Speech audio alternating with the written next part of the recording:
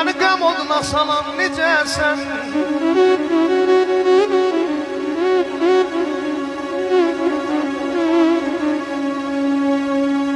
Uyub yat sözünə, Şamil deyir yaman sözünə, məni qəm oduna salan necəsən?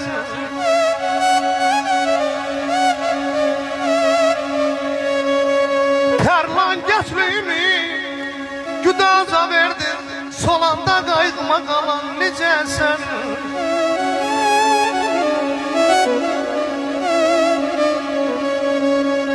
Baxmadın ahıma, amanıma sen, amanıma sen.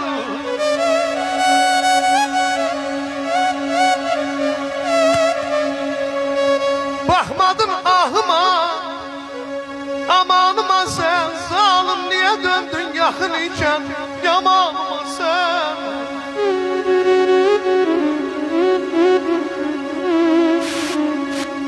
Niye qəsd edirsən bu canıma sen?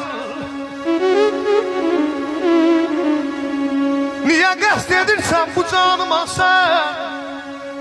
Solanda qayğıma qalan necəsən? Ağlımı başımdan alan necəsən?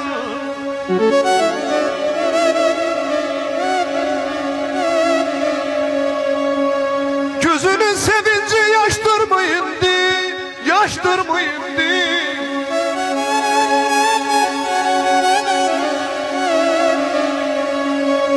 Gözünün sevinci yaşdır mı indi? Yerin yüreğimde zalim zalim boştur mu indi?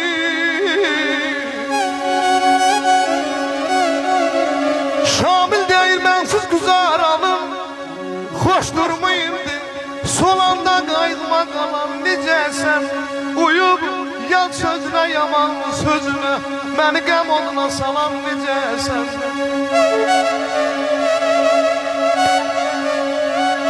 Bu boyda dərdi kədər yığdın ömrümə, vədəsiz yağış tək yağdın ömrümə. Ömürlük yaradır, dağdır edirsən özünü. Nə məndə yüz oldu, nə səndə cürət.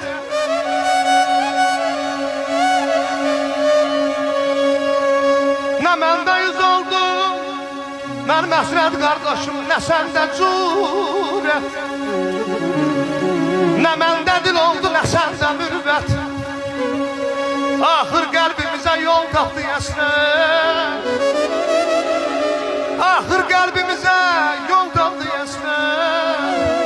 O vaxtdan